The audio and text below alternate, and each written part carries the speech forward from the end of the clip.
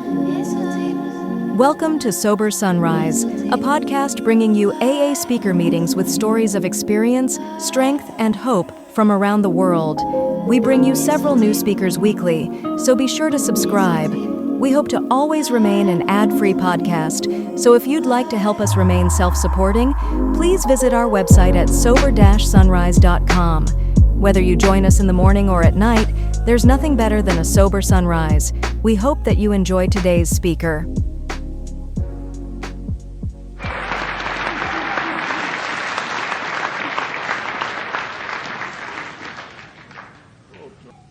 My name is Tom Burns. I'm an alcoholic.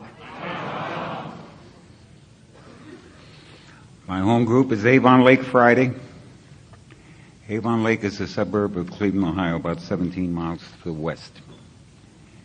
And Tuesday nights, my home group is Avon, in the Bond, they call it. My sobriety date is July the 5th, 1962, which means I pulled from 41 years of experiences. And that's what I'm here to do. Hoping upon hope. Anybody gets up here, people. Anybody gets up here. You hope upon hope there's somebody out there that felt the way you felt when you got here. And he leaves with just the hope that, boy, if those nutty son of a guns can do it, maybe I got a chance. I'm going back one more day. That's all, one day. I won't promise anybody in the room I'll be sober tomorrow. I won't do it. It tickles me when you hear these countdowns. 53 years, 54 years, yeah, well, good deal, good deal. 3 days and the house comes down. You know why that is? We know you just left hell. And we're going to try to make you feel so welcome you don't want to go back. That's why that is. That's why we have these things. That's why people meet you at the door. That's why we make the coffee. That's why we tell our stories and share to try to give you the strength and the fellowship to hang around one more day.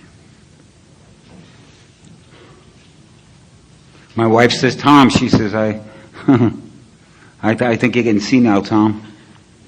Ever since you turned 70, you jump around so much in your lead, I can't even follow you myself. You talk about 40 years ago, and then you talk about today, and then you talk about 30 years ago, and you talk about today. She says, I can follow you. I lived it, Tom. For those people who don't know you, they may not be able to follow you. I said, honey, I'm talking alcoholics. And believe me, babe, they're not wrapped too tight either. Alcoholics don't have any problems communicating with other alcoholics. I'm not too good at small talk with normal people, but with other alcoholics, believe me, I'll take any 5 alcoholics in this room, go next door, have 2 cups of coffee, and we know each other a long time. Because when I say to another alcoholic, you know, when I come here, I was afraid all the time, and I didn't even know what I was afraid of. Oh, yeah, that goes with the territory. We understand that. I woke up in jail, and I was sick, and I didn't know why I was there or what day it was. Oh, yeah, been there, done that. I gotta shock them. Woke up at home and the wife and kids were gone. The house was cold and I was broke and I didn't even, coming off a blackout and not knowing where your car was or all those. We understand that. We know the feeling. We know the fear.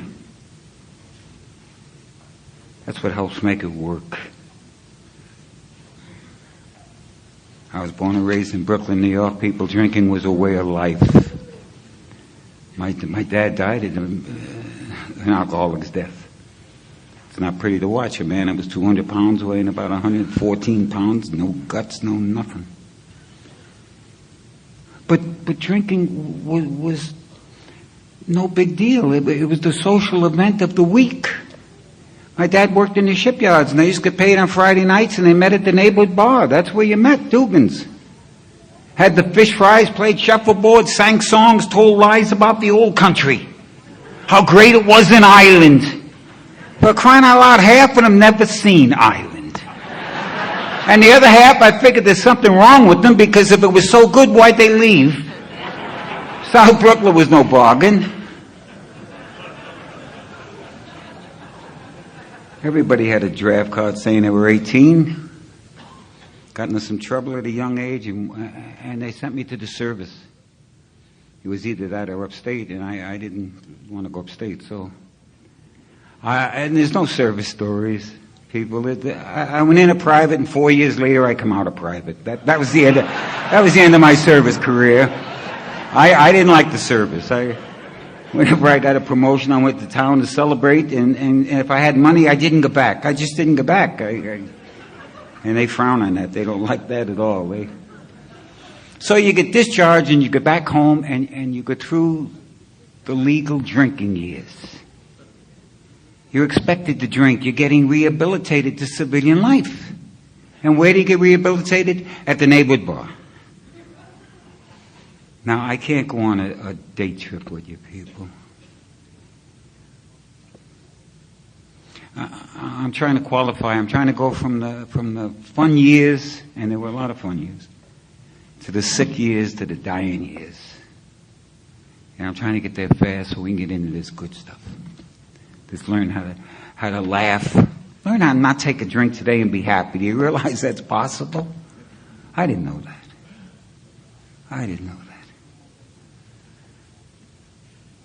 I'm home maybe a year. It's not a language from the head, it's a language from the heart. That's why we understand. Alkies aren't too interested in yak, yak, yak. And Alkie will watch you. Show me the results of this program. Show me the results of working the 12 steps. You tell me to work these 12 steps. Why? Show me what it's done for you. And Alkie will come. He'll watch you. He don't care what you know about the big book. He'll watch you. What has it done in your life? If I left my house and my wife and kids are looking at me with fear in their eyes, and I come to this meeting and I meet you and you tell me about this great spiritual life you found and how great it is to be sober, and I go to your house and your wife and kids are looking at you with fear in their eyes, you haven't got a damn thing I want. If I see your wife say, "Oh, honey, you got a new man, I'll get some coffee," and I see your kids jump up and say, hey, Dad, look what I did at school today. Now I want what you got. That's what impresses an alkie, what he sees.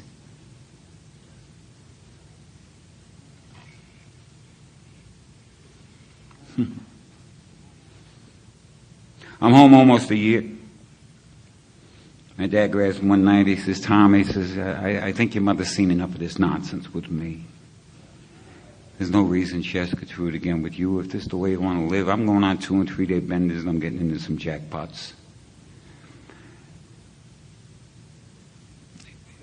Get out into the world and grow up. It's okay, Dad. Okay. And I was going to go back out to Riverside, California. I was stationed in Riverside, California for a while, and I got discharged there. And it seemed like pretty good living out there, so I got on a bus. I was going to go to Riverside. And they had a rest stop in a town called Lorain, Ohio. Little Greyhound bus stop, and I looked up the streets of Lorain, Ohio and Broadway, and there were all kinds of bars and what have you, and I figured, well, I'll stop and have a couple of drinks in Lorain, Ohio. That was 1953. Still there. I can add qualifying right there, people. Whenever I drink, everything leaves. Buses, cars, clothes, houses, kids, jobs, everything leaves. Because there's something wrong with me. They call it alcoholism. I don't care what you call it, people. When I take one drink, the only thing that's important to me is another drink. That's it. Drink trouble. That's all I have to know. My whole message, people, is simplicity. 40 years, 41 years, and the longer I'm here, the dumber I get. You realize there's so much you don't know. Oh, if I was leading this meeting when I had 10 years, I could have told you all about this damn book and this program. Oh, boy, I was sharp as a tack. 20 year,s I kind of... 30 years, I learned to listen. 40 years, I learned to keep my mouth shut.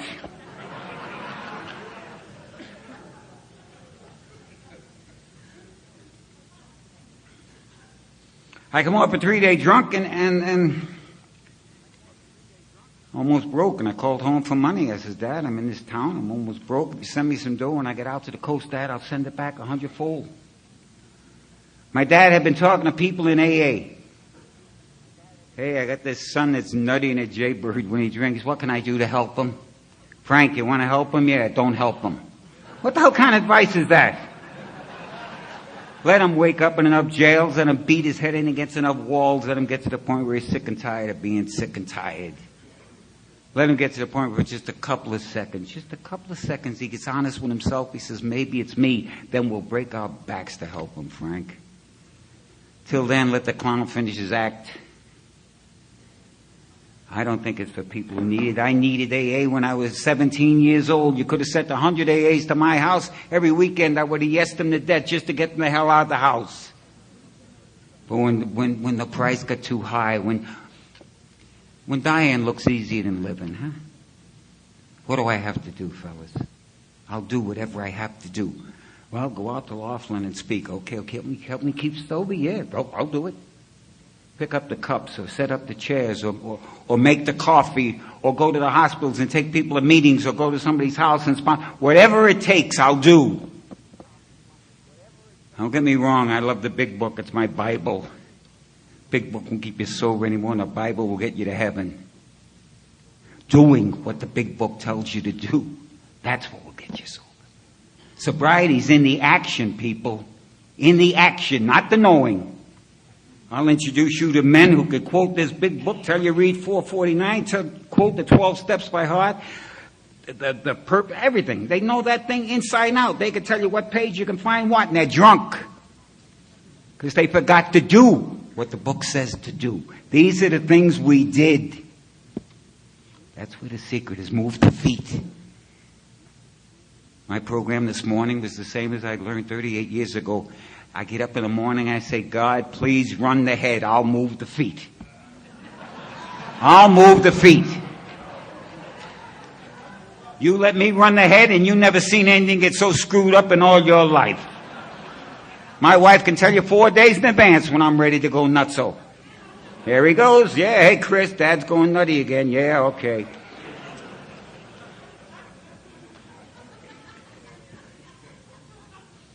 I talk a lot about my family. I talk a lot about my home life. I talk a lot about my wife and my relationship. I don't do that because I think I'm a marriage counselor, people. You're going to hear old-timers all over the country say, take this program home, take this program home, take this program home. We don't tell you to take it home because we think we're marriage counselors. We tell you to take it home because we're worried about your sobriety. And we know it's a lot easier to stay sober when things at home are going good. When there's a dinner and a show and you're sleeping in your own bed once in a while. That ain't a bad deal. When things are fighting, you get very oh, poor me. Go out the house, slamming the door. They still treat me like they used to, and don't they know I haven't had a drink in 6 days? Oh, my God. I'm a changed man. Yeah. You've been kicking people in the teeth for 16 years.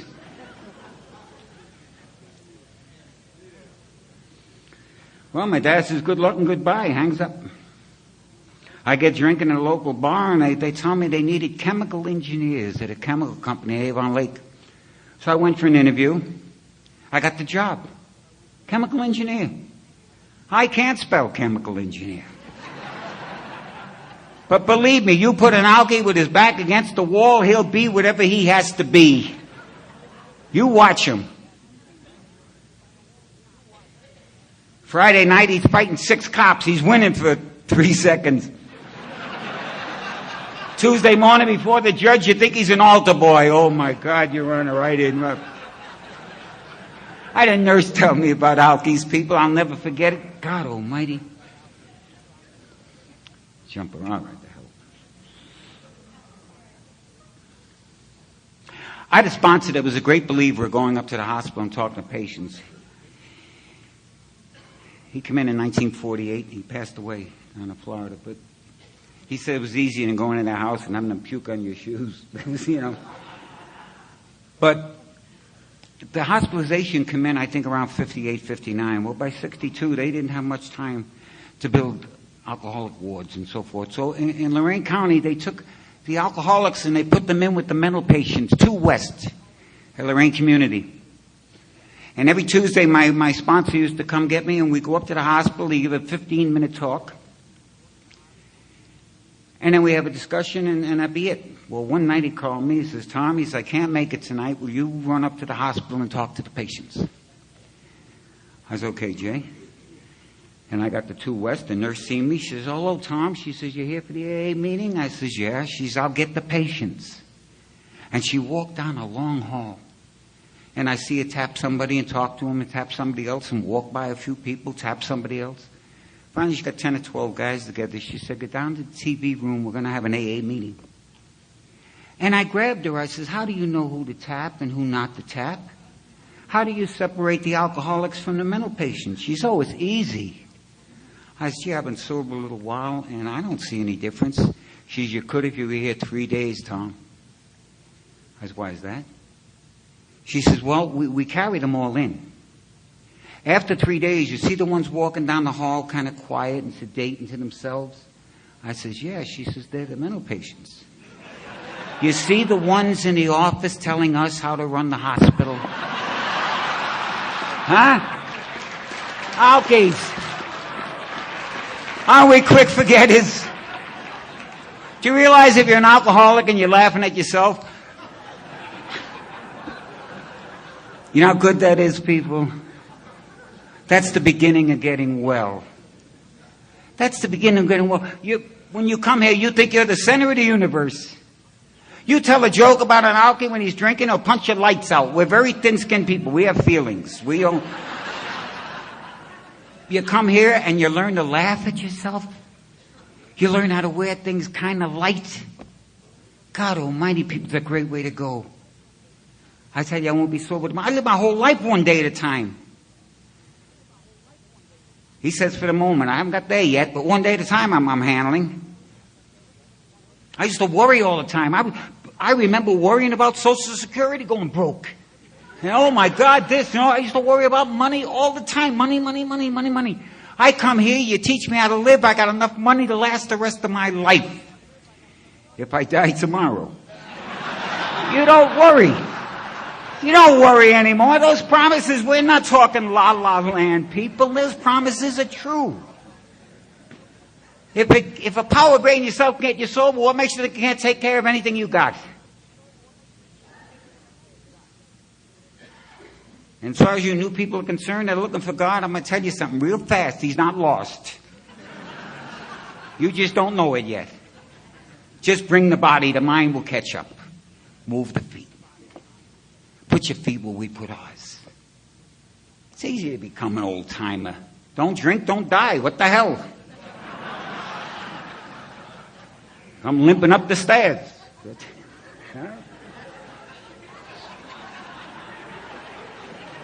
Somebody says, I want to be like that. I said, not me. I want to be 20 again, starting fresh, My knees are shot. What the hell's the difference? Who cares? So why working? I met a young lady, people. God almighty, the most beautiful thing I've ever seen in my life. I knew I had a good thing.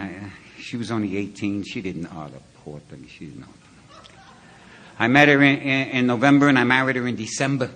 Huh? We think a lot about things. We just don't jump in. We kind of look it over. But her mother was so happy. Her daughter was marrying this chemical engineer and she was going to have things made.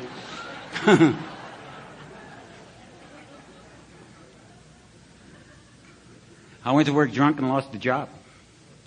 Now I'm in a strange town with a wife, no money, no nothing, no job. Her dad was a pipe fitter welder by trade. He was working out of town and he come home over the holidays. And he took me into Cleveland and got me involved in a pipe fitter apprenticeship. And we took a 2-car garage, a brand new 2-car garage, and we made a honeymoon cottage out of it. We took the door off, put some windows in the front door, and we put a bathroom in, a little kitchen. Oh, cute little place. And the deal is, as soon as Tommy gets in his 4th or 5th year apprenticeship and starts making a decent buck, we're going to buy a house in the suburbs and we're going to live happily ever after. 4 children and 7 years later, we're still in the cottage. And I'm a journeyman now, people, and I'm making a pretty decent buck. But the more I make, the more I drink. I used to drink on Friday, Saturday, sober up Sunday, go to work Monday. Now it's Friday, Saturday, Sunday, sober up Monday, go to work Tuesday. Get paid on Wednesday, don't make Thursday. Never make Thursday. Wake up in Chicago, Philadelphia, never knew where I was going to wake up. Kitchen floor. I used to wake up on the kitchen floor a lot. And she'd come out with the kids. Tom, I need some money for groceries. I don't have any money for groceries. I don't know what happens. I go in to cash the check and I have one drink, and the next thing I hear is last call. That's all I ever heard. Last call? What the hell happened at 8 o'clock, at 9 o'clock? What the... So I do the only thing I know how to do at the time. I used to attack. Damn it, I drank when I married you. I'm going to continue to drink, and if you don't like it, rah, rah, rah. You're not going to make a wimp out of me like that neighbor I got. Had a neighbor, I hated his guts, a normal guy. Biggest thing in his life was his grass. He used to mow his grass every Saturday morning. That was get a life, for crying out loud. I'd be a neighbor at a bar, he'd walk in, I send him down a drink, give so-and-so a drink. He'd drink it and leave. I say, where you going? He says, I have to go home, supper's waiting.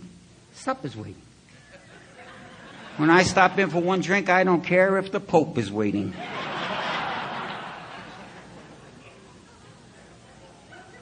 I'm leaving you. That was my big spiel. I'm leaving you. Where the hell am I going? Get my brown paper bag, go in the bedroom, start packing my toothbrush and my underwear. And she'd come in and cry. Tommy, what did I do to upset you? I didn't mean to upset you, Tom. I was sickening people. People, I can only tell you what it was like in my house. I can't tell you what it's like in your house. But if you're alcoholic, I'm sure you can identify. When my wife was 26 years old, she looked 60. She was beat down so bad mentally, she didn't even think she had a brain. She was born and raised in that town, and she couldn't even face people she went to school with because she was married to some yo-yo that was gone 3, 4, 5 days every month, never knew where he was. Taking care of kids, didn't have nice things.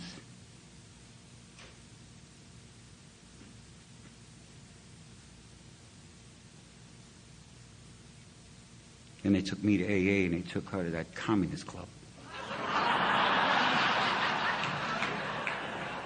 You laugh? I hope to God your wife goes there, fella.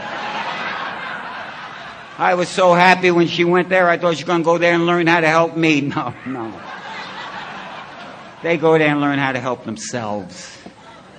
They go there and learn how to be happy in spite of you. We tell a lot of jokes about Al-Anon. Well, let me tell you how I feel about Al-Anon. Like I told you, when my wife was 26, she looks 60. Now my wife is pushing 70. She looks 26 to me. Thank you, Al-Anon. She walks with her head high. Her eyes are bright. She's a miracle worker. She has gardens that they come in. What is that, American Home and Garden and Good Housekeeping? They come in and take pictures of her stuff and put it in magazines. She takes care of that yard herself. Got acres of roses and herbs and everything. She's a miracle worker. Sun up to sundown, she's in that yard. She loves it. And whenever I go off on one of my spiels, she says, stick it, Burns. What the hell does that mean? She don't let me near the stuff because I cut everything down. Everything looks like a weed to me. Herbs look like weeds. I don't care what you say. They look like weeds. And so I mix the compost. I'm the compost maker. I get down to the farms and get the cow manure, bring it home, mix it with the dirt and the mulch with the rototiller. Great big pile. Anytime you feel good, you just get the boots on and go out and mix the roads, mix the horse shit. I was sponsoring a guy a few years back. He come over the house. They don't appreciate me.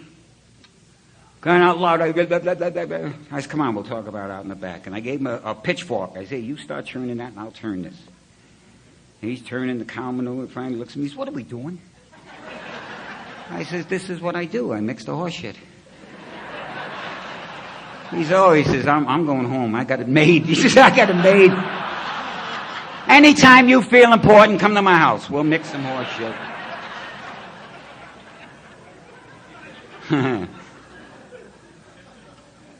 God almighty. and don't mind at all. I come home one night about 4 in the morning, my suitcase hit me right in the chest. I was happy. I was gonna go live in the Gold Coast in Cleveland. I was gonna get a Cadillac convertible. Oh, drink and dream, you screwy son of a gun. When you're drinking, you're working too steady. You don't live in the Gold Coast. You live on West 65th and Detroit Avenue. $8 a week for the room. Got the picture? And your big nights out are sitting in the neighborhood dives, peeling the labels off of beer bottles, listening to Poor Me songs. Tell me about good times drinking, people. And you're getting popped. Your timing's off. You're a mess. When you want to see the wife, you want to see the wife 3 o'clock in the morning, so you go out to Avon Lake in your old beat-up junker car with no keys. I don't know, beat-up. Most people in construction, they have 2 cars. They have a nice vacation car that they go with the family, and then they have an old beat-up pickup or a junker that they take to the mills or the jobs they want. We never had a decent car. Beat-up junkers, bald tires, no ignition. I lost the keys. My brother-in-law now, he used to be an electrician drinking buddy of mine. I introduced him to my wife's sister. They got married. Oh, God. You see my father-in-law now, he's a raving maniac.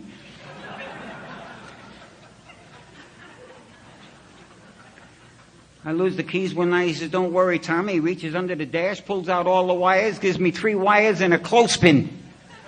Puts the 3 wires together, put the clothespin on, and the car would start, and I'd be going to work. I'd be going down Clifton Boulevard, 600 cars all around. You hit a bump, the clothespin falls, and the car stops. People honking their horns while I'm looking for the damn clothespin. I just think that was normal. I'm not going to spend any money on keys. That's openers. Who the hell's going to spend, huh? Get out to Avon Lake and pull in, and the cops stop you. Don't give us a hard time this week, Tommy. Come on, I'm going to see my kids. No, you're not. They got restraining orders, Tom. I'm going to do you a favor. Anybody in this room thinks he's going out again. If a cop says to you real nice, "Hey, young fella, come with us." Do yourself a favor. Go with him.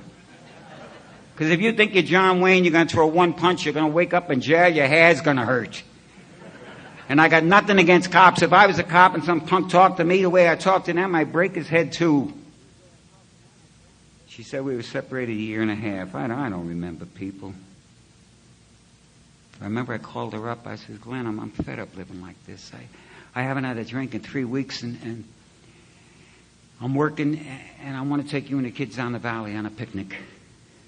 She says, "You haven't drank in 3 weeks?" I said, "That's right." She says, "Okay." So Sunday I went out, and I got picnic baskets and baseball gloves and what'd you get? Potato chips. And I did what I thought normal fathers do. Who teaches you how to be a father? Play that. Catch the ball. Well, we did this for 3 Sundays in a row. We thought it was a changed man, and we were going to try again. Always again. Always a fresh start, huh? How many times have we had fresh starts? And I bought a house on land contract in Avon Lake. And I'm not blowing smoke, and I'm not trying to con anybody. I'm standing on the front porch. I says, "Glenn, I'm not going to drink anymore. I'm going to work Monday." Monday was always the magic day. I'm going to work Monday. We're going to start paying the bills. People, in the neighborhood I lived in, people would buy new cars every other year. Their kids were going to school dressed nice and warm. They were taking vacations in Florida every year. We couldn't afford to go to Akron, which is only about a half hour south. Old junky cars, and my kids are going to school with holes in their shoes. There's something wrong.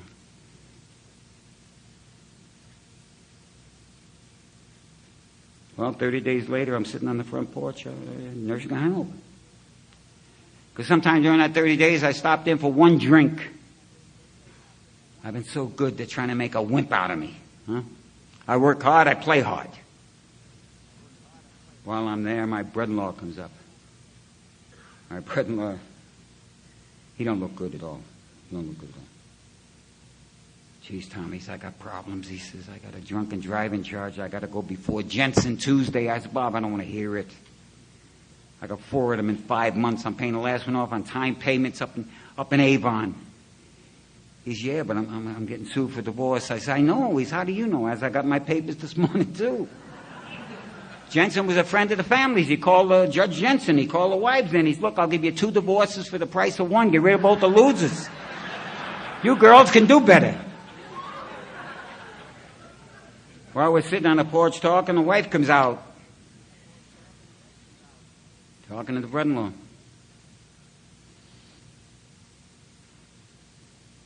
My sister and I were talking to a minister in this town. He told us about a group of people that meet on Friday nights at his church.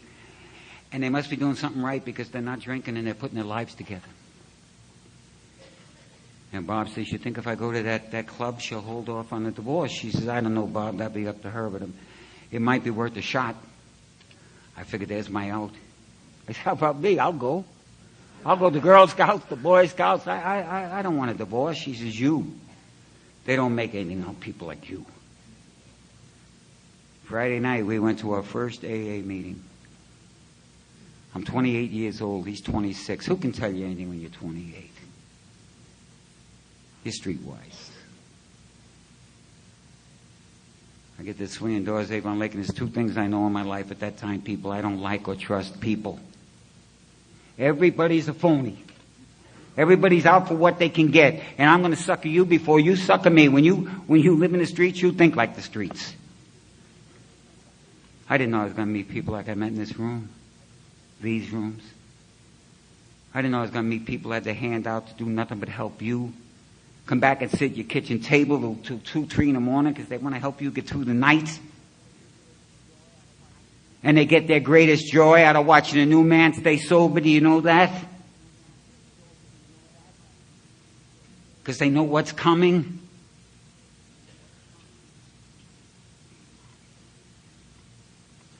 Walked in, I looked around the room. My God almighty, there were 20 or 30 people there, and they were all old. 45, 50, 60 years old. No wonder they quit drinking. Look at them for crying out loud. They try to drink now, they're dead. Dressed nice, look good. I thought I was at a PTA meeting. Talking to their wives. Some guys were there with their wives. Talking to who the hell talks to their wife? My wife and I don't talk. We can't talk more than 5 minutes. We're at each other's throat. One guy breaks away from the crowd. There's 5 or 6 guys over at a coffee telling jokes and laughing. One guy breaks towards, comes towards us. He's got to be 105. Good to see you young fellas. This program works, guys. I haven't had a drink in 16 years. 16 years. Oh, my God. My legs got weak. My brother-in-law says, you got to be awful thirsty, mister. Who the hell ever heard of not drinking for 16 years? Don't talk years. Talk days, hours, and minutes.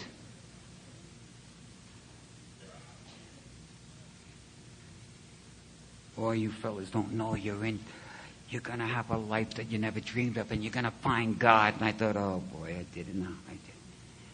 Hey, mister, not me, him. He's got a drunken driving charge.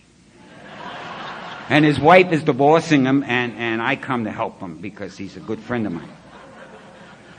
Oh, thank you. And he took Bob, and I went over, got some coffee, and they were telling jokes about drunken driving charges. Jokes about drunken... There's nothing funny about a drunken driving charge.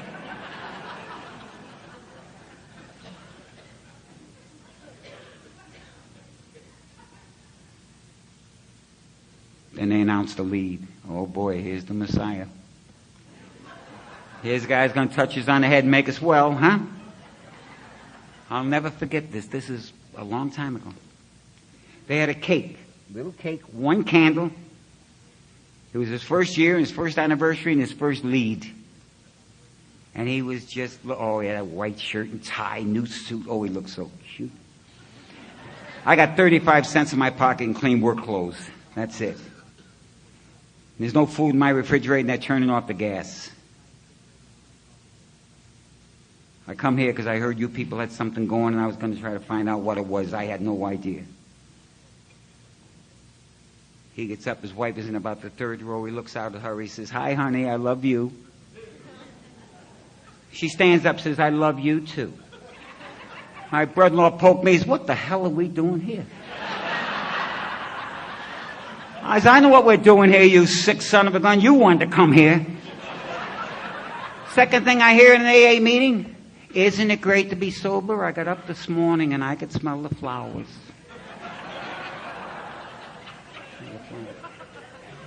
Smell the flowers. My wife's home lighting candles. Dear God, let him die. We'll get the insurance. That's where we were. There's no I love you in my house. And I have no use for flowers. I don't want anything to do with flowers. I wasn't impressed. I want to get that. Just get done so I can get out of here. He finally got finished. I started towards the door as quick as I could. And there's only one way out. In Avon Lake, Big John used to stand there. 6'4", 220, good shape. John don't take his eyes off me. I figure, oh, that's how it works. That's how it works. You know, to drink tonight, Tommy, you got to pass John, and John looks in awful good shape. I got close to John. John put out his hand. He says, how you doing, young fella? It's fine, fine. They don't let go of your hand. You ever notice? They don't let go of your hand. He told my whole story in 5 minutes. He said, people in this room come out of $500,000 houses on the lake. There's people in this room come out of prisons, hospitals, insane asylums, streets, cardboard boxes. You're going to meet everything from priests to laborers here.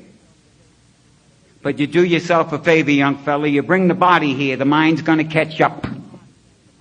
Bring the body here. You're not going to get well trying to fix yourself, laying on the couch reading with a sick head. Get the fellowship. Get people that were there before you. Put your feet where they put theirs. Move the body. Move the feet. How do I stay sober? I'm not going to another meeting. You guys tell me. Oh, how long's been? I drinking 5 days. You have it. How'd you stay sober yesterday? Well, by the time I got home from work and you guys were here, we ate and then went to the meeting. How'd you stay sober the day before? Well, same thing. We went to that other meeting and then we drove down. We went there. How'd you stay sober last week? Oh, well, we went down to that halfway house and talked to those guys. I was just too busy. Oh. Keep moving. Gee, he drinks so much coffee, he don't sleep. He's walking around like a zombie. Great. Where are we going today? We're going to a meeting. Okay. Keep him. He won't get a drunken driving charge if he's like a zombie. If I had my way, we'd take his brain out of his head the first year. Alkies learn by results. Gee, when I do this, I don't drink. Gee, when I do that. See, most people think of consequences. Normal people think, well, if I do this, this is going to happen. Alkies never think of consequences.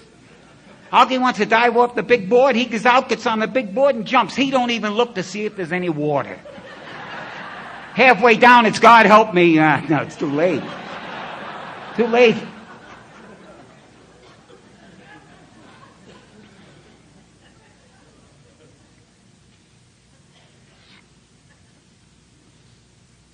How do you explain eyes?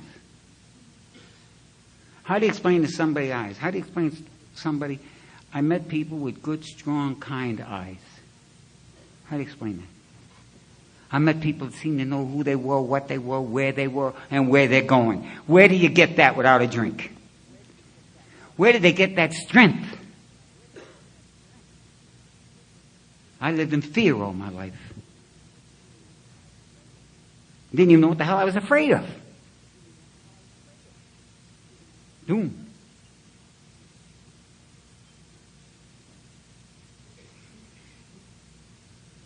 John introduced me to 2 other men who had the good eyes. 3 people. 3 people I liked. Bob, what do you think? Bob, those people have something. I don't know what it is, but damn it, they have something. I'm going to find out what it is. It's not me. I'm too young. He says, I got too much living to do. They did all those things tell you not to. Bob did all his living. 18 months, they put him in a white coat, swallowing his tongue. I come back to your meetings for 4 months. I come to your meeting and I hear, well, I had a business and I was a millionaire and I got drinking wine. I had wine sores. I lost everything. Now I'm sober 2 months and I got 6 Cadillacs. I just sit out there and say, bullshit. I leave the meeting, I go home, I walk in the kitchen, the wife say, hi, honey, how'd the meeting go? What do you mean, how'd the meeting go? I'm sober, ain't I? What the more do you want? Good AA, solid AA. Keep the kids quiet. You know, if the kids make noise, I'll get nervous and drink. Oh. And you better have breakfast on the table. They said I got to eat breakfast. I don't have breakfast, I'll get drunk. If I get drunk, it's your fault. Do us a favor, go get drunk. least we had some peace. People, I didn't know my own children. I didn't know my own kids until after I come to the program when they were 7, 8, and 9 years old. My daughter was 3. They were afraid of Daddy. Daddy was always some kind of nut. If they were in the kitchen, I walked in the kitchen, they go in the living room. If I went in the living room, they go upstairs. They never brought kids over to my house because they never knew Daddy was coming home sober or drunk. They were always living on pins and needles. God, you get a second chance here. We got 6 grandkids. They think well, the youngest is 21 now, going to Ohio State. 3 of them already graduated. God almighty. Had a tough time finishing high school, and my kids are graduating from college. Grandkids. Isn't it great? Thanks, AA. Thanks, AA. Justin, my tough little monkey, Justin, I love him. God almighty, plays football for college in Pittsburgh. When Justin was 7 years old, he was taking karate, and Justin has to share everything with Grandpa. Grandpa's his man. One Saturday morning, I'm making coffee, and Justin comes running in the kitchen. He says, Grandpa, I learned a new move today. I says, you did what? And he jumps up and kicks. Now, how they kick when they're 7? Huh? I hit the kitchen floor like a ton of bricks. I'm laying in the kitchen. I'm in tears. Justin jumping up and down. It works, it works, it works.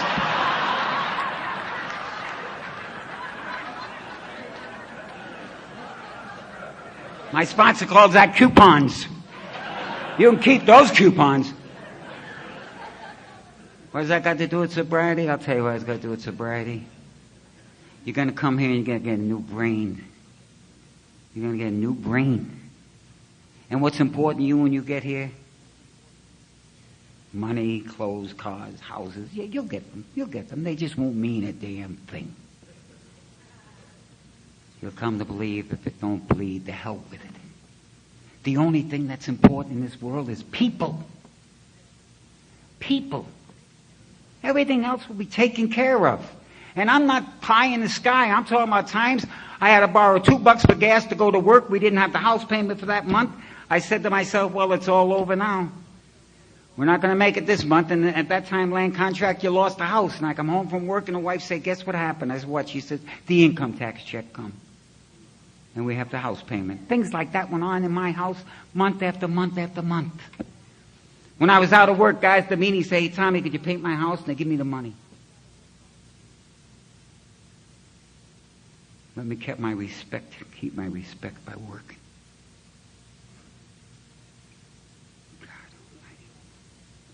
After 4 months, I decided my problem isn't booze. I'm going to meetings and they're talking about golf trips and vacations. I can't even afford golf balls.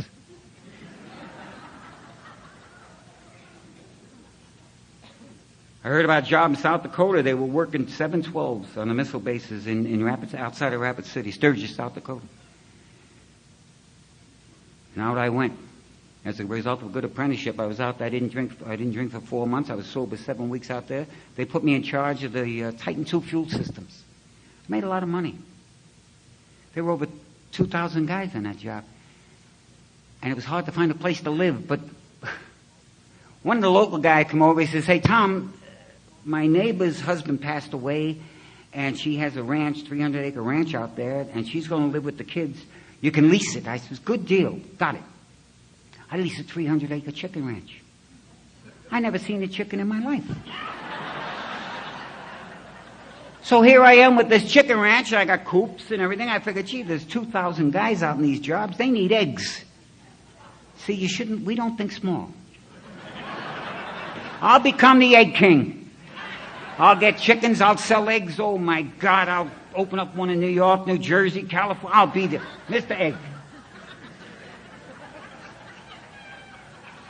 So I go to the ranches, I get chickens, I start getting eggs, I go to the job, I say, any of you guys need eggs, stop at the ranch, or I'll bring them in the morning, and I bought a pickup truck, I'm going to put them in a pickup truck.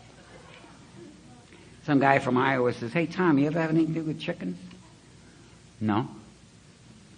Well, you got to put gravel in with the feed. I said, what do you mean you got to put gravel? He said, well, these aren't wild chickens, they need something for the eggshells. I said, that right? He said, yeah. So I called Tony. Tony was in charge of the heavy equipment and the trucks and everything. And he was from New Jersey. He never seen a damn chicken either. I say, Tony, would you do me a favor and put some gravel out in the coops? He says, don't worry, Tom, you're covered. 10 tons. 10-ton dump truck right into the chicken coops. Killed all the chickens and broke all... Nothing but scrambled eggs. That's all we had in that dead chickens. That was the end of the egg career. That was... I'm an alkie. I know. There's somebody back there saying, Jesus Christ, I come here to tell you how to stay sober, and this guy's telling me about killing chickens. What the hell does that got to do with sobriety? I'll tell you what's got to do with sobriety. If you don't know what you're doing, get a sponsor.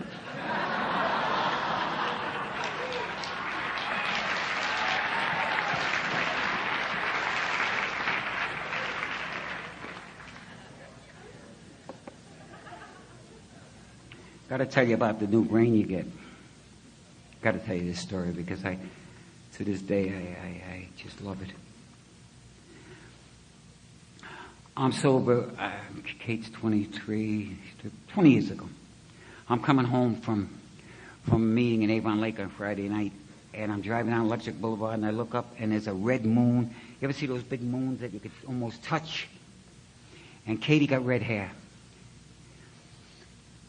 And I says, my God, look at that. When I was drinking, I never noticed things like that. I played golf here with John and a few other people the other day, Danny, and we had a good time, you know. Bunch of drunks playing golf. And golf in the desert, we told them they were nuts. Play stickball, that's all I ever played, stickball. Kick the can. Anyway, I go to my son Craig and Chris, they live 2 blocks from me, and I go around the corner and I go to Craig's house. I said, Craig, is Katie up? He says, yeah. I says, can I just put the bed? She's awake. I says, can I borrow him? And he says, of course you can borrow it, Daddy. Katie got red hair, knocked her socks off, still does. 3 years old, I picked her up. I said, come on, Katie, I got a present for you. And I took her out in the driveway. I said, Katie, you see that moon? She said, yeah, Grandpa. I said, that's your moon, Kate. See, things like this when you're sober are important to you. I said, that's your moon, Kate. Only that big ones, not them little ones. Only when they're like that. Kate's in Ohio State. If we have a full moon, my phone will ring. I don't care where I am. Grandpa, see my moon? She never forgot. Never forgot.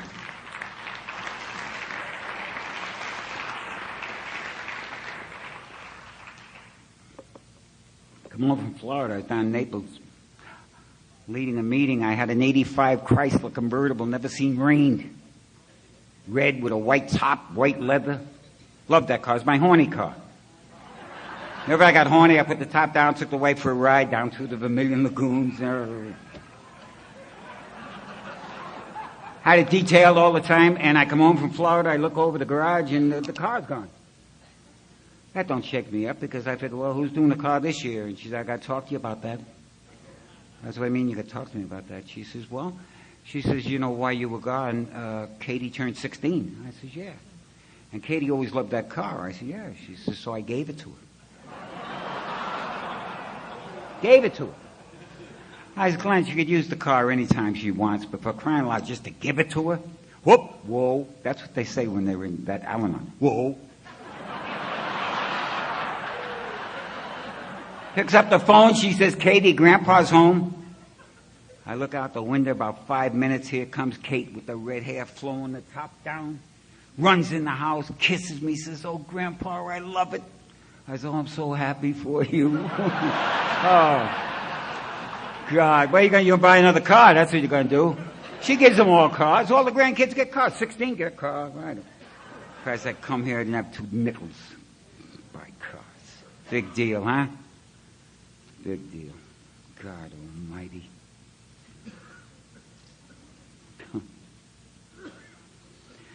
The wife came out in June. She left in December because twice my family almost froze to death. I'm on a drunk in town. The cops locked me up. They called her to come get me. She came in town to get me and hit a snowbank. And if it wasn't for a fuel oil truck that found my wife with her eyes froze shut on the highway, my family would have frozen. It happened twice. So finally she just packed up and I come home One time from work and she was gone, just a note saying, never want to see you again, goodbye. And I lost the job because I couldn't read or print anymore. I'm back welding. I tore the hood down in February. I hear Christmas carols. Some guy from Ohio says, Tommy, I'm going home. Let me take you. Get to the back door in Ohio. She says, just keep going. I got the papers in for the divorce. I don't want the kids to see you. I don't want to see you. And there's no screaming, no nothing. Just calm as could be. Just get out of our lives. I get a ticket to go to work in New York. I get to New York. I'm too sick to work. I stop in for a couple of drinks. Next thing I know, I'm sleeping in airways, hallways, subways, stoops, corners. I used to say I'll never drink wine. They pass a brown paper bag. You don't ask what's in it. You'll drink any damn thing you get your hands on when you get sick enough. I wake up one morning, I'm on Coney Island Avenue in a dark hallway. I don't know if it's night or day, but I hear a woman sobbing. My God, she's sobbing. It's my mother. My God, son, she says, please go get help. I said, Mom, what's the matter? I'm fine. She's fine. You look like death warmed over. You're killing me, son. That's drinking living. And all I'm here to do is show you the difference. And I guarantee you, sober's better. Same guy, same woman, 10, 15 years later. Young guy comes into AA. He always was a good mechanic, but he never knew the business end of the business. But in AA, he meets engineers and estimators and attorneys and bookkeepers and accountants, and they teach him the business end of the business. So him and his son Chris go into business together, and then Craig comes in. And God Almighty, the timing was perfect. Everything, I know what it was, but everything we touched turned to gold. We got one time we had 27 guys working. Normally we carry about 17, 19, 9. I'm writing paychecks every week for one I made in a year. Big money to me. A lot of people know, but big money to me. And I remember going down to visit my sponsor. He moved to Fort Myers, and it was 78 degrees, and I said, my God, my mom and dad are up in New York freezing to death, and look at this. He's telling me there's a place for sale around the corner, so I went around the corner and I bought it. Went back to New York, got my mom and dad, took them to Florida. Now my mother's in the kitchen and she's crying, but they're tears of joy. Tears of joy. Look what Tommy got us, look what Tommy got us. Look what AA got us. That's my AA people. Here and now. I didn't come here to learn how to die. You people showed me how to live. You people showed me how to give. I never used to think of anybody but me. Christ, I didn't know what life is all about. And you won't either till you start giving. The more you give, the more you'll get.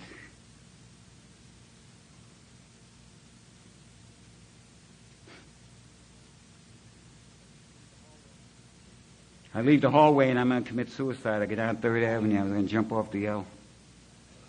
You know what I'm thinking as I'm going down to the L?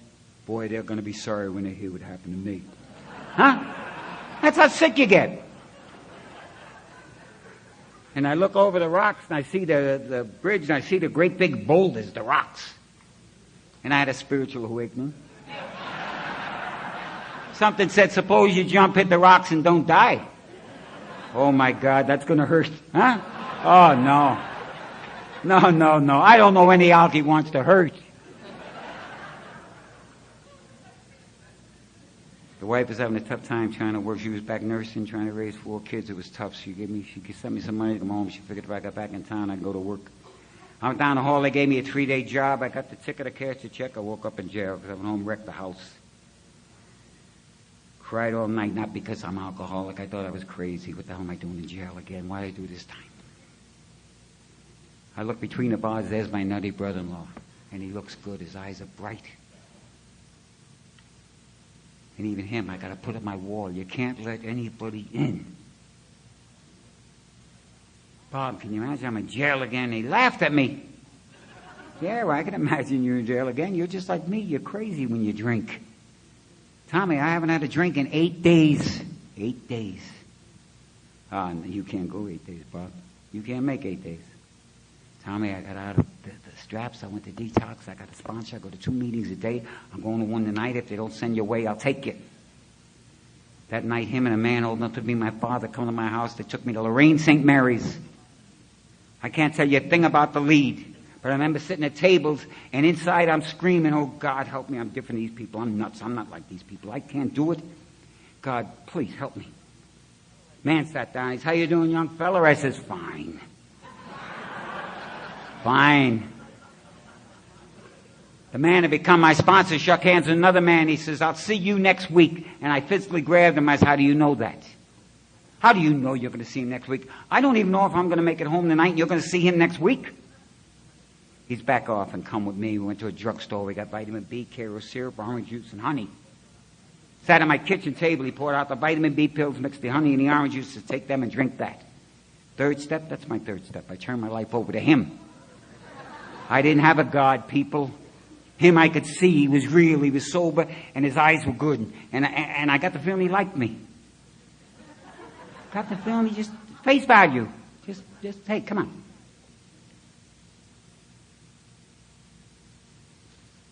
Took the pills, drank the juice, booked the pills, talked to you. What time is it? 10 after 12. You have a drink today, Tom? No. Good, you got it. Got what? Got the program. What program? 24 hours, you haven't had a drink. That's bottom line. I'll see you at 8 o'clock. You realize you'll have 1/3 of today in? Keep it simple. I beg you, keep it simple.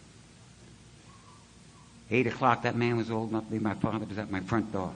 Took me to Stella Maris, a halfway house. I got a shot of vitamin B, went to 2 discussion groups, and that night I went home and I ate, and we went to a meeting, and we went to a meeting, and we went to a meeting. 90 days, I don't know.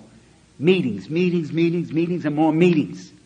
And things at home were, people, we had no intentions of trying to save a marriage. I slept on the couch, he slept in the bed, and there was no love, no respect, no nothing in our home. It was just survival. That's all it was. We were together for survival. Life was miserable. Meetings. I remember saying, I can't go to a meeting. I got to spend some time with the wife and kids. And my daughter come running with my clothes. Here, Daddy, you go. Please go, Daddy. We love it when you go, Daddy.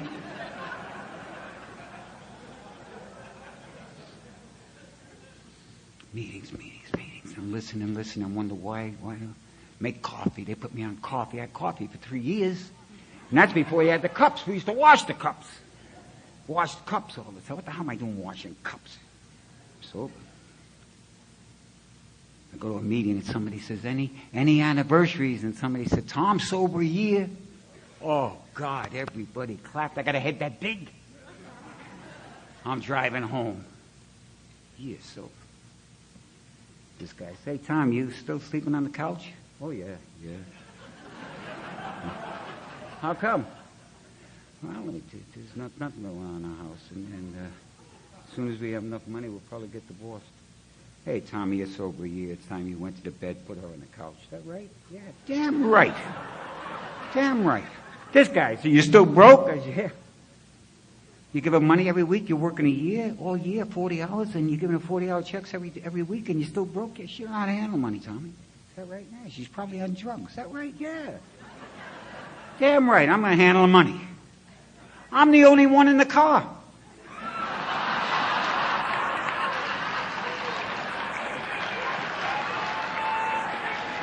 I'll guarantee you 90% of the alkies in this room got nuts in their head. And I always listen to the Looney Tunes. Tommy, you're going out to speak in Vegas next week. Why don't you bring about $5,000 and stay a few weeks? Oh, that's a great idea. Yeah. Bring the divorce papers with you because you're not going home. Oh, yeah. I walked in the house and I walked in the living room and she was in reading those books. I said, listen, new game rules. From now on, you're going to sleep on the bed, in the couch. I'm going to sleep in the bed because I work. And from now on, I'm going to handle the money because apparently you don't know how to handle money. I don't know why we're still broke. And from now on, I said, whoa. I says, whoa, do you know what today is? She said, do I know what today is? Go out in the kitchen, look at the calendar. And I went out in the kitchen, there was a great big red circle. July the 5th, Tom sober, 1 year, 2 days. Still crazy. I used to think our problem was booze. I used to think you run right down my maple like a little spoiled brat because the booze made you. You haven't had anything to drink the year, Tom, and you're still the same. For my sanity, for the kids' sanity, I got to divorce you, Tom. There's no difference in our life, drunk or sober. You're still the same. The only thing is you smell different. I went to the meeting. I grabbed the old-timers. I said, lied to me. You told me things were going to get better? My wife's divorcing me? Whoa, Tommy. We said you were going to get better, then you make your life better. I never got divorced, Tom. Bill, did you get divorced? Tell Tom about divorce. Oh, Tom, they're great. You're going to get spiritual. She's going to take every damn material thing you own, Tom.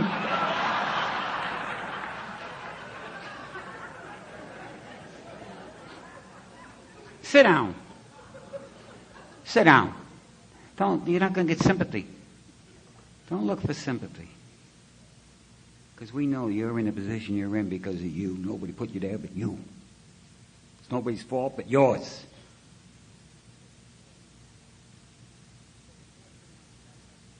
I was sober 14 months. The guy got up here, he was sober 6 years. He told my story. God Almighty, we lived in the same heads. Drank in the same place. And his wife was with him. And they were going on their first vacation after 6 years. They were going to Wattsboro Lake, Tennessee on a houseboat. And they just bought a new refrigerator for the apartment that week. And yeah, they had problems, but they were working it out. And she was looking at him like he was some kind of movie star. And he ended his lead. He said, take it home, yo-yo. Take the program home. Act as if until. We know you're not there yet, but act as if you got 10 years. What would you do if you had 10 years? I used sponsors' heads. I used everybody's heads. I remember I was going to quit a job, throw the hood across the floor and punch the foreman in the mouth. And I said, Tommy, what would Jay do? Jay, we get a cup of coffee and laugh. Well, then you better get a cup of coffee and laugh, Tom. Because if you do that, you're not going to be working. I use my sponsor's head. So I got a brain.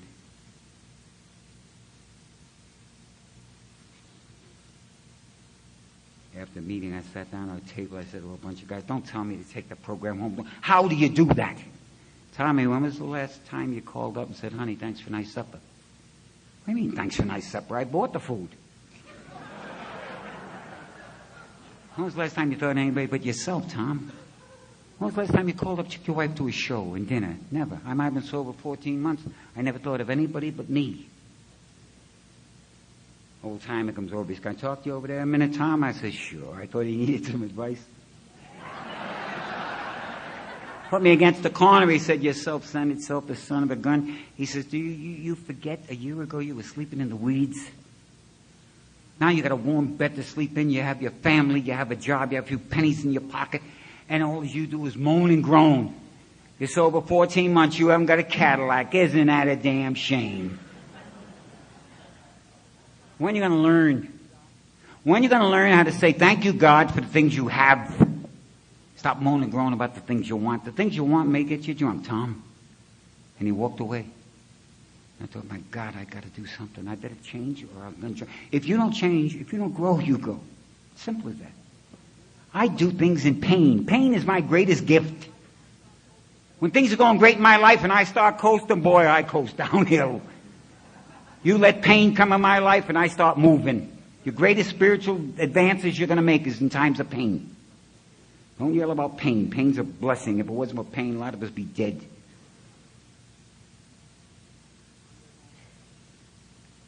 On the way home, I stopped at a Laughlin store, a convenience store, and I bought a box of chocolate-covered cherries, $1.89. And this is a big deal here. First time I thought of anybody but me, okay? We call making amends. I took the card and the candy and a card. Thanks for being there when I needed your love, Tom. And I walked home. I got in the back door. I walked in. I didn't even have the guts to give them the word. I put them on the kitchen table. I walked in the living room. I said, Glenn, I heard a guy talk tonight. And damn it, Glenn, I want to be like him. Do you know they're going on a vacation with the kids? I want us to go on vacations. I talked to her like she had a brain. I talked to her like she had feelings. First time in years. Yeah, you have a brain. Drinks don't, alkies don't drink to hurt your feelings. It just never dawns on them. Just never thinks. No, don't come into the brain.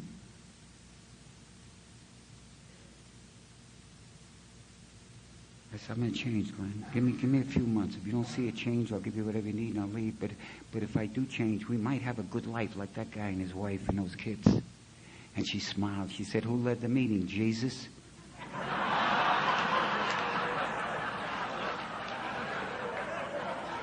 So I'll make some coffee. She went out in the kitchen, and it wasn't 2 minutes I heard Hard Gal crying. And I went out in the kitchen. She had the card and the candy, and tears flowed like the dam fell open. And you know, we talked till 3 in the morning because I listened. We talked and we hugged and we talked and we cried and we talked and we hugged till 3 o'clock in the morning. And that was the beginning of our marriage again. Got out the envelopes, put 10 a week in this one, 5 a week in that one. Anybody on the couch? Get a box of candy.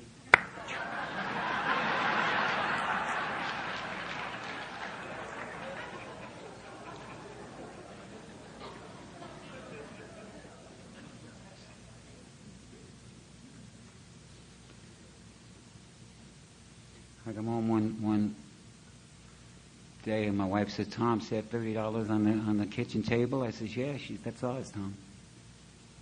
$30, big deal, yeah. That's ours. I took my new used car, my kids, and we went out to Sandusky, Ohio to a pancake house. I bought $30 worth of pancakes, strawberries, and whipped cream. And we had one of those big boots, one of those round boots. My daughter was 4 years old, and she come running around and kissed me on the cheek. Daddy, can I have some more strawberries? You can be a strawberry. My daughter kissed me, said, Daddy, I love you. That's my AA. My sons run and got in the car in the front seat because they wanted to be with Daddy again. That's my AA. Now we take golf vacations. We take, God almighty. Every Sunday they take my money on the golf course to hustle me.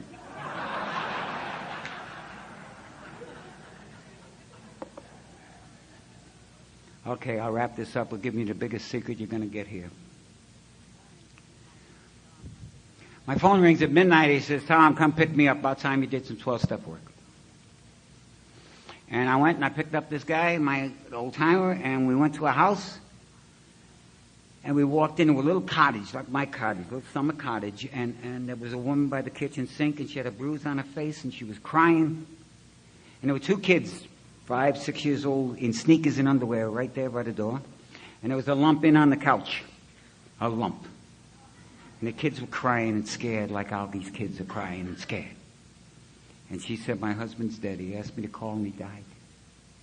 And I went in the living room and I picked this guy up. I listened for a heart. I listened for a breath. Nothing. I said, why'd you have to die on my first 12-step call, you son of a gun? What am I going to tell the guys Friday night? I go to carry the message, I get a corpse. What the hell you want me to do? I'm not. I'm back out to the kitchen. I says, hey, Bill, this guy is. He's lady, do you have anything in the house to drink? She says, I have a bottle of wine. He took the wine in a glass, walked in the living room, hit them together, says, hey, buddy, want a drink? Sat right up. Let me tell you what impresses a drunk. Let me tell you what impresses a drunk. He filled the glass, gave it to the guy. When the guy drank it halfway down, he took the glass from him, filled it again. Guy said, boy, you guys are all right. He's damn right. Want to go to a party? Down to Bayview Hospital. I get home at 5 o'clock in the morning. Go to work, come home at 5 o'clock that night. I don't even want to eat. I'm going to bed. Phone rings, old timer. Did you stop and see the new man? No, I didn't stop and see the new man. I'm not retired. I worked all day. I'm going to bed. No, you're not. You're going down to see the new man. No, I'm not. I don't even like the new man. I don't care if you're tired. You don't like him, you like him, has nothing to do with it. He's going to be there 5 days. His life is in your hands. You see him every day, Burns. I says, Bill, I don't know what to tell him. He says, who says you got to tell him anything? Can you get him some cigarettes and sit on his bed and let him know somebody cares enough to be there? Can you do that? I went and got cigarettes and I went to the hospital and I walked in the hall and I seen him. Walked in the room. I says, hello there, how you doing? They treating you all right? Everything all right? Look, my sponsor says I got to come talk to you. I don't like you, but I'm going to come. And I bought some cigarettes. Here's a goddamn cigarette. I lit the cigarette and he says, thanks. You say you don't know what to say? Listen to your gut.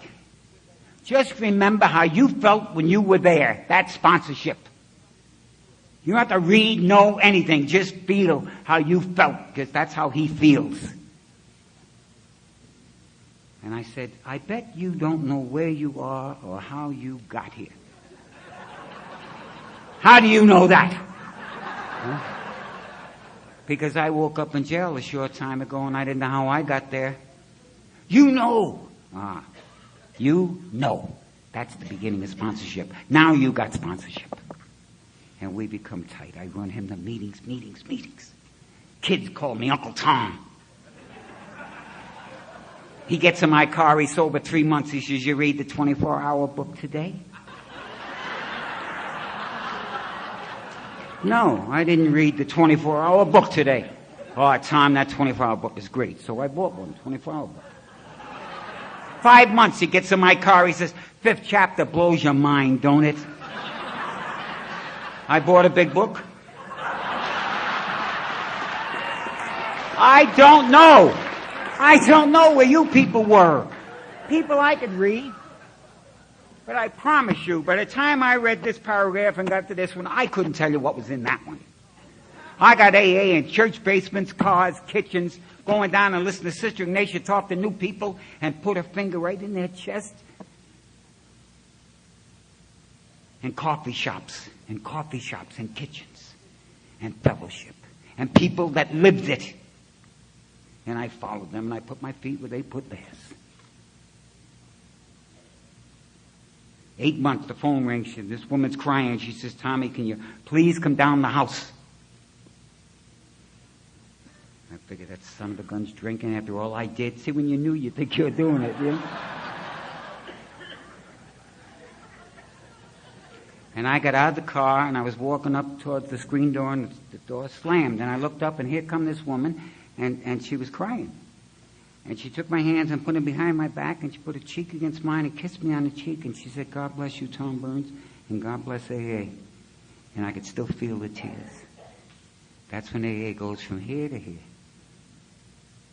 That's when it gets in your blood. I love this program. I have a son that's got 20 years of sobriety. Here's a woman blessing me. I'm a drunk. I can't separate AA from my life anymore. I can separate my fingers from my hand, and I don't want to, people, because without it, I'm nothing. 2 kids grab me. Come on, Uncle Tom. Go in a bedroom. He's standing by the bed crying, and there's a bed full of Levi's and slips and dresses, little bicycle, refrigerator. Want to see AA? Watch a 6-year-old kid with a pair of Levi's jumping up and down the bed saying, look what my daddy got me, look what my daddy got me. Looking at his daddy like he's Superman. I don't hug. I don't like to hug, but boy, I hugged him. And I started to tear up, and I don't want him to see that, so I leave. I'm going home. And I says, God, I don't know, I don't have a relationship with you that these other guys do, but I'll tell you, I like this, God. I'm going to keep moving the feet, and you keep putting me in places like this because I love it. And I got to my house. I said to my wife, my God, honey, I wish you were with me. I would have loved you to see those kids in that house. And she said, yeah, I never seen you so happy. You want to get happy? Forget yourself. You think you got problems? Go to a hospital and talk to a new man. You'll forget your problems real quick. Because when you're thinking of somebody else besides yourself, God can do his work. One more thing, we'll wrap it up. My daughter came in the program. As a result of 3 years of sobriety, she went to work for an advertising concern, and they gave her the Coca-Cola account. She traveled all over the world. And between assignments in New Orleans and everywhere, she would come home, and we'd sit at the kitchen table all night. My daughter told me about AA in New Orleans and Washington. Oh, God. Aruba and here and there. And she said, Dad, my next assignment's in Florida, Dad. And, but I don't want anybody to touch my antiques. I said, hey, don't worry about it. Anything you want, you got. We'll get the company truck, 2 of them if we have to. So we put the antiques in the truck and we drive down to Florida. Unload the antiques, and my wife and I went out for dinner. She said she didn't want to go. She wanted to straighten out the apartment. Next morning, my wife and I went swimming. She called us. Come on, I made breakfast. She was so proud. She made us breakfast. Gave us notes how much she loved us. And we went over and visited my mom and visited my sponsor and went home. And 10 days later, a cop come to the door and he said, Mrs. Burns, I hate to be the one to tell you that your daughter was murdered. Some drug addict needed money for drugs, and he must have cased the antiques and got in, and she woke up and he killed her. And they caught him, and you go through the justice system for 2 years. That drives you out of your mind. And I don't know how you react. I'll tell you how I react. All my life I'm talking about this great God, this great God. Well, I went on the backyard. I said, God, you can go to hell.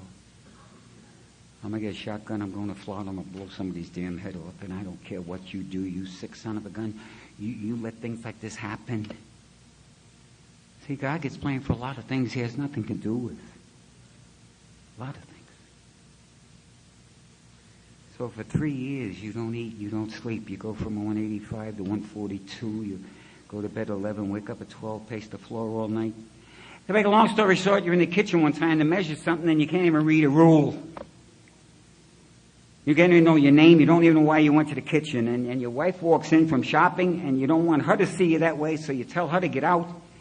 And it is in 10 minutes your son Chris, who's got 5 years sobriety at that time, and another AA come to your house and they take you to the emergency room. And the doctor says, how do you feel, Mr. Burns? And I said, I don't care if I live or die. Never say that to a doctor. They want to put you in a little room. My son says, you're not going to put my dad in any room. So we call my family doctor. They put me in a ward. Some guy comes in. He says, when's the last time you slept? I said, what's that? He gave me a pill. I walked like a zombie for 4 days. Just walked down up and down. I'm there a week and a half. Nothing's happening. Just nothing's happening. I'm just full of hate. The only one I can communicate with is a nurse. I said, how do you deal with a job like this? She said, I raised 8 kids. This is duck soup. This is nothing. After a while, they let me come home for a weekend to see how I react. I'm not in the house 10 minutes, and I go nuts, rage, just run back to the hospital. And nothing's working. And my son comes to the hospital.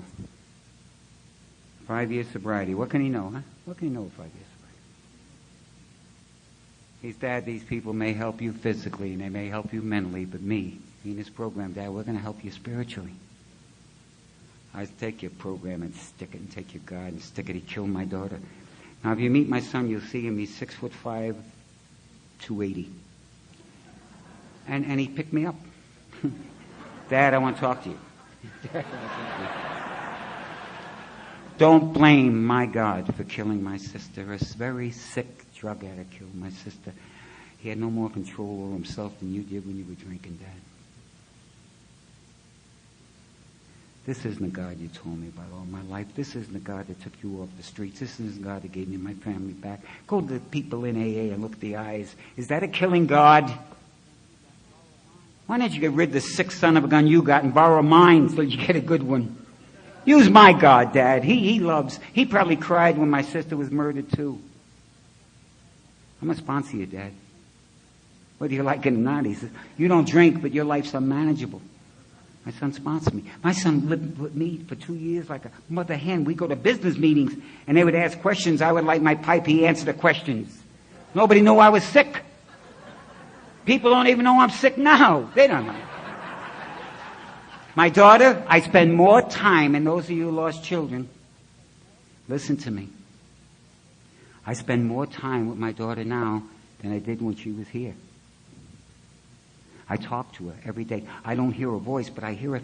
I get her thoughts. Like right now, she's saying, sit down, Wendy. That's what she's saying.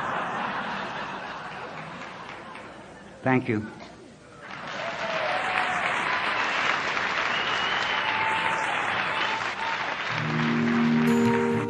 Thank you for listening to Sober Sunrise. If you enjoyed today's episode, please give it a thumbs up as it will help share the message. Until next time, have a great day.